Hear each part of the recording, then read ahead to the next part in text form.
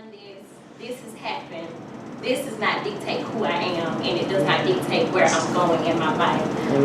And my dad preached one Sunday, he was up preaching, and he said there is power in transparency, and that stuck with me.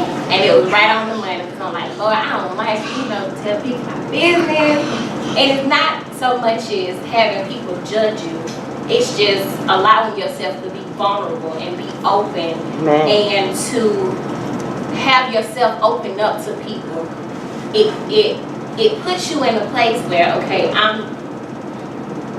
this is me, and I'm getting ready to put myself out there, and the blowback from it is something that's something that I'm trying to be okay with, the backlash, not so much as judgment, but from what the enemy is gonna try to do once this come out my mouth. So, yeah, I want to thank my dad for coming. My dad is I love my dad. I'm a dad's girl. I was at my dad's house yesterday. He was fixing all my cars, just laying on my dad, and just, I love my dad, and I'm so grateful and so happy to have a dad like him. And my baby girl, I love. That's my. Give him away, boo. Give him away. She's everything. She is, God, and she is. I get emotional with her. I'm gonna get into that story, but she is.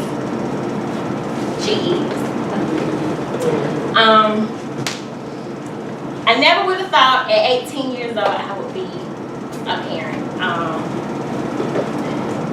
It used to, as a matter of fact, it used to bother me when I would go to school and I would see, girls my age that were pregnant, coming to school, bringing their babies to daycare. But little did I know that one day I would be that girl.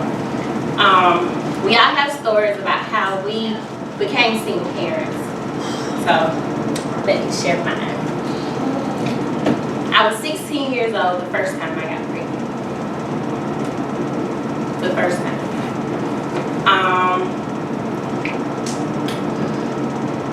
I was so sick. I was sick as a dog. And I just kept throwing up, kept getting sick, couldn't get nothing down. And one morning I was getting ready to go to school. And I was so sick. It was awful. So my mama took me to the emergency room.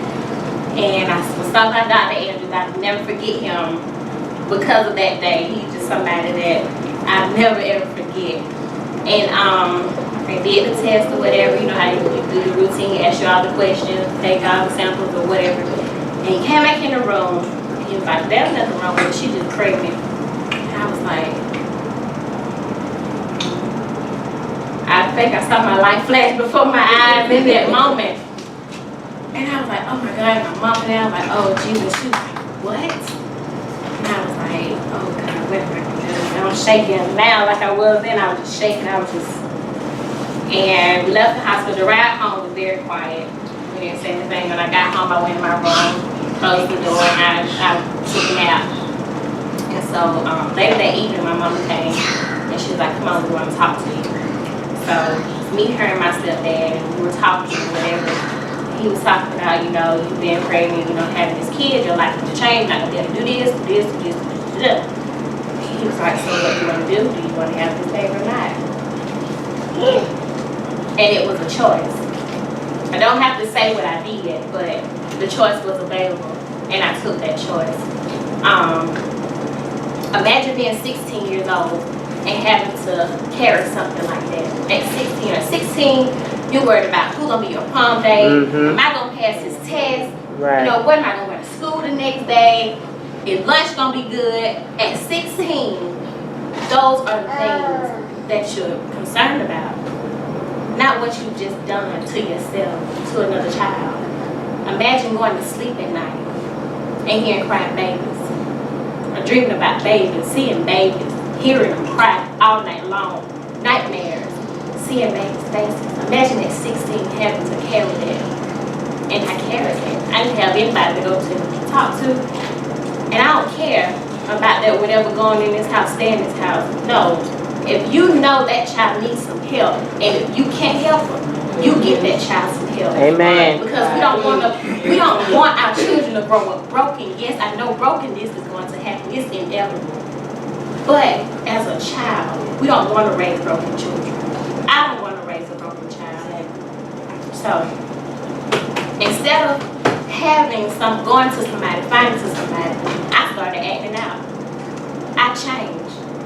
I started smoking weed. I started going to parties, all this stuff, because I didn't know how to handle what was going on inside of me, what had happened. I didn't have anybody to go to. I didn't have anybody to talk to. And I was afraid at 16 somebody would judge me, not just me, but my family. Like, oh, they such and such and such. Right, and they let their child do this, but my daddy, he didn't know. And I didn't want my dad to find out because he's my dad, my dad. And so, all of that happened. 5 months later, here I am pregnant again. And when the night that happened, I wasn't even supposed to be where I was. As a matter of fact, me and my friends had planned to be somewhere else with another group of friends, but they had decided to go to a party somewhere else. So, here I was, 5 months later, pregnant again. And this time I didn't tell anybody because I didn't want to have that choice. I didn't want nobody to ask me what I wanted to do. I wanted to be able to give a child life because I took a life. It was my choice to take a life. And I was guilty. I was hurt. Because here I am, took a life from a child, and I'm getting ready to have another one. I didn't give that first child a chance. So, this time it wasn't going to be a choice. Something had to come out of this. So, it was,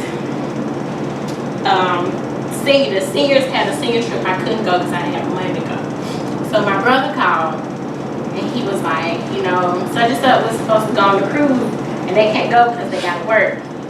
So, do you want to come? I was like, yeah, I want to go. It's a cruise, it's free, I don't have to pay nothing, I don't even have to take my money. I just got to pack my stuff and show up. So, we on the boat, 2 days, we dock, and I'm sick. I'm throwing up, and I knew then that I was pregnant. And I was just sick. I was throwing. My brother said, "You throw it one more time, I'll take you to the infirmary." I said, "No, you're not. I will wait until he left the room to go work out because it was a routine. 5 o'clock in the morning, he out the door, get ready to go work out. So I would wait until I heard the door close to get up and go to the bathroom." I survived off of sunflower seeds and lemonade the rest of the cruise because my brother was not about to spill my beans. I'm gonna enjoy this cruise. It may be my last one, but you're not gonna tell on me. So months went by. I wasn't showing, but I was showing, By the time everybody had found out that I was pregnant, I was about 5 or 6 months along. Later on, found out I was sick, had preeclampsia, couldn't go to school, couldn't do this and this.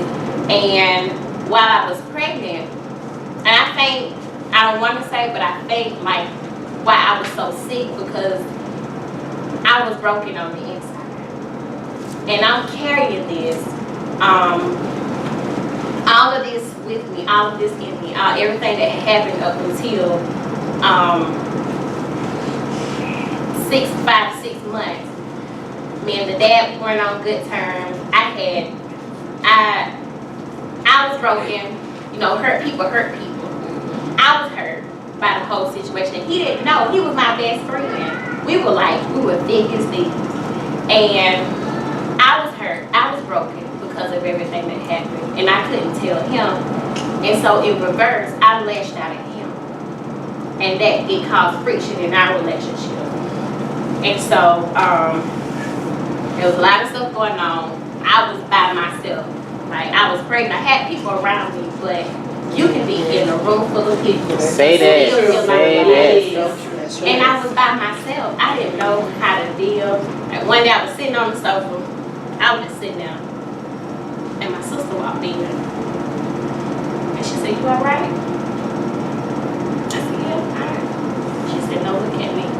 My oldest sister, she said, "Look at me." And I looked at her. And she said, "Are you alright?" And I broke down. And she came. My sister is not an emotional person.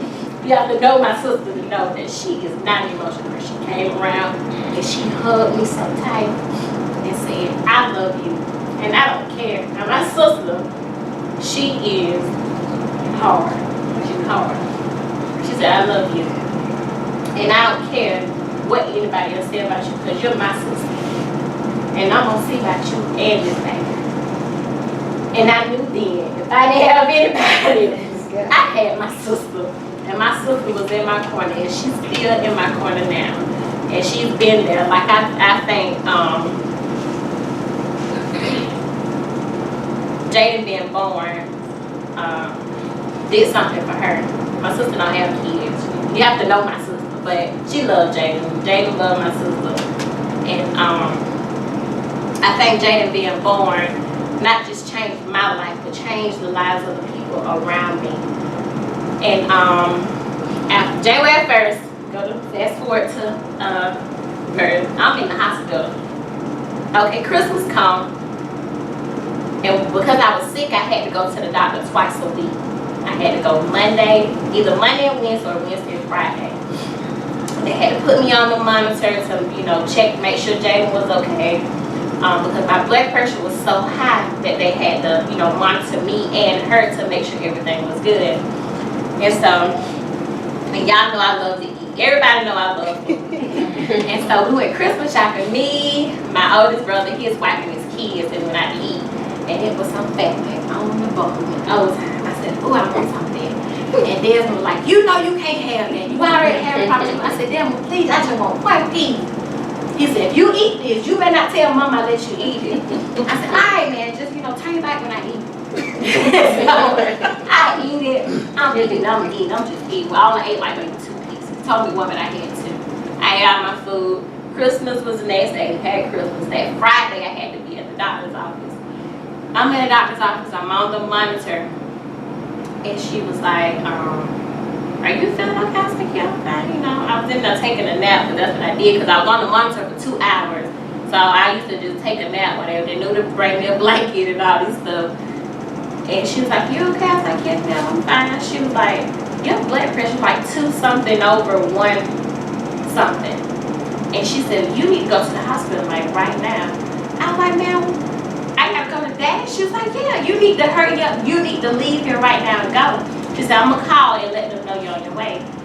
I put my car. I was feeling fine. I wasn't, So I'm sitting out in the waiting room and I'm waiting for her to give me the go. And she walked past me. She said, "What are you still doing here?" I said, "I was waiting for you to come back." She said, "No, ma'am. You should have been on an hour ago." So when I got to the hospital,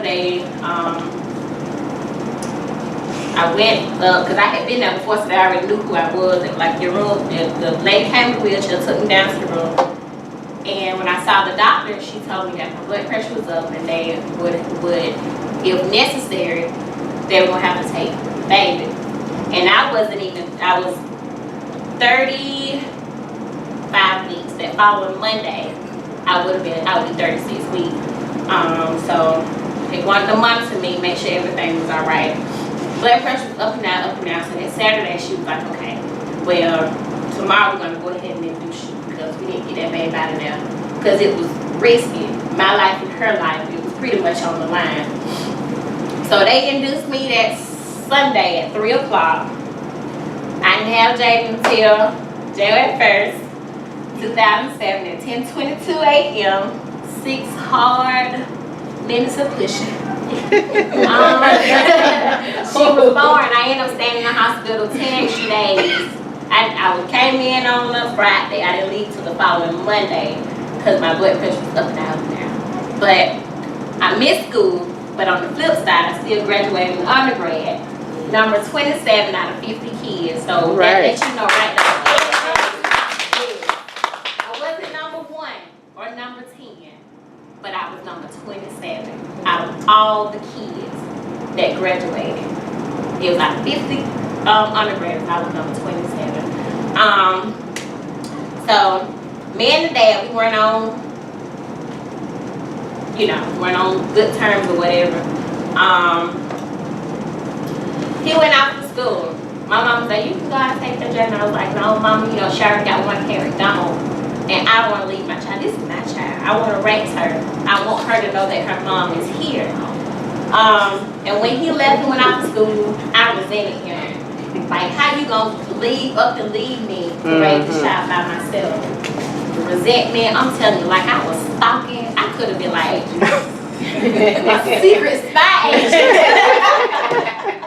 I could have been the FBI. I'm stalking. I'm finding out what in the world. What's so important is you can't answer the phone when I call. You can't call and check on your baby. All this kind of stuff. And one day I woke up and said, he don't owe you nothing. He owe it to Jaden. And that day, I let that go. I said to myself, I'm going to do what I got to do to take care of my baby. I had my family. I have a great support system. So I knew Jaden wouldn't go without anything. Being a single parent has not been the easiest thing, but it has been one of the most rewarding things ever. I got to see my baby walk. I got to see her use the potty for the first time. I scared her because I was so excited. And I think I kind of traumatized her a little bit. She used the potty for a while. The first time she used it, I was like, ah! She was like, ah! But I got to see her use the potty for the first time. I got to hear her say her first word. I got to see her bathe herself by herself for the first time. Put on her own clothes for the first time. I got a chance to witness all of hers. I don't care how much money I spend. Every first that I've had with my child has been the most rewarding. It's special because she is a gift to me. I believe her being born changed who I was because I was self-destructive. And her being born changed everything for me. And it made me reevaluate my whole life. Made me reevaluate myself as a person. I had to take inventory. I couldn't put my brokenness in my child. I didn't want to raise her to be that way. I wanted her to love people. Whatever. That's why I teach her to love people. No matter what it is that they do or they do to you, love them anyway. Mm-hmm. Because love is the greatest gift you can ever give somebody. Whether or not you think they deserve it, mm-hmm. We all deserve it. So, being the single parent for 8 years has taught me a lot of things. Number one is you have to forgive yourself. You have to know that this situation, how you ended up where you are, cannot define who you are. You can't carry that for the rest of your life. You can't beat yourself up about the situation and how you got here. You have to forgive yourself and you have to forgive all parties involved. You shouldn't keep your children away from the other parent. That's a big no-no. You shouldn't do it. You're damaging that child, and that child can grow up to resent. I've never done it. I said to myself, if he don't show up, it's going to be on his part and not because of something I said or did. I never wanted Jaden to not be able to be with her dad because I love my dad. I pick up phone and say, Daddy, yeah, sugar dog.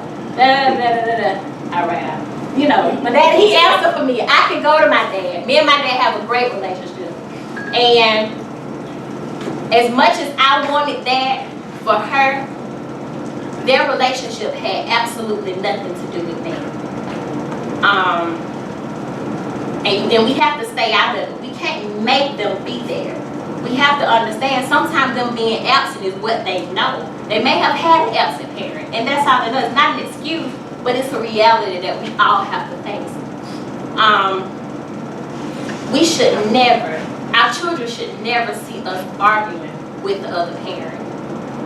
Because you don't want that child in the middle having to decide, am I, this parent? You don't want that. Let your children love that parent just the way that they are. The way you see them is not how that child sees them. They don't know what the parent does or doesn't do. That's not your place to tell them.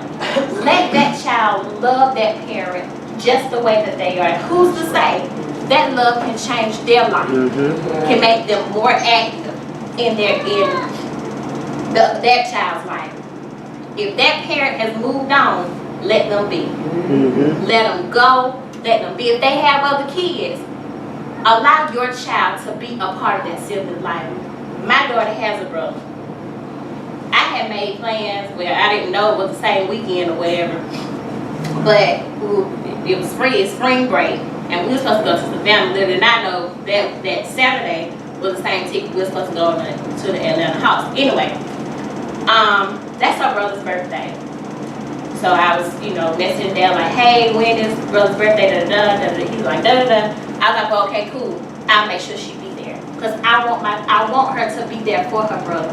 I want them to have a relationship, and I made that clear to him. Their relationship is important to me. I have a relationship with my brothers and my sisters. I love brothers and my sisters because I want them to grow up together, even though they're younger. But I want them to know me as a person, and it's important that you know your family, and you shouldn't try to get in the way of siblings get to know each other. If that's the only sibling Jada has, and how dare I try to keep her from herself? She loves her brother. She'll tell you right. She loves her little brother. She's like, Mom, I want to get such stuff. I'm like, wait a minute, Jada, we can't be doing all that for Jackson. I gotta leave. But that's her brother, and because she wants to do that for her brother, I'm gonna do it for her because it's important to her, and I know how important it is for her to be able to show her brother love any way that she can. It's good to be cordial with the parent. You don't have to have the, hey, how you doing? You know, stop or something. No, you don't have to have that kind of relationship. But you should have a relationship where you can communicate with each other without fussing, without arguing, without this. And I'm telling you, it took a long time for me to get there. We do have our, bouts or whatever, but at the same time, we don't go at each other. We don't do such and such and such. What's the point? This is not about us. It's about the child. We have to remove ourselves out of the way. When we have children, whether you're with the parent or not, it's not about you. It's about raising that child the best way you can together. And if that parent doesn't want to be there, it's not your fault. Don't take it personal. It's not your battle to fight. Let God deal with them the way He knows how. He can fix it far better than we can. Let it go. Because who's to say whomever you may be with later down the road, if they're not going to be the ones to help you raise that child. Amen. We can't look at it as a loss. As a matter of fact, if that parent doesn't want to be there, that's their loss. Yes, it is. They miss out, right? What matters? I have elementary school, I had honors day, I had field trip. My daddy was there. And my mom couldn't make it. My dad was there. My dad was there honors day. We went over to the Coca-Cola factory. Even in high school, my dad came and ate lunch with me. If I don't see my daddy would show up at my job, and I loved it because I want everybody to see that's my daddy. My daddy shows up. And as much as we want that for our children, we can't do it. We can't do it. We can't make the other person be there. We have to let it go. Let it go. Let it go. Our lives are the greatest stories never told. And that's the way the story goes. Thank you.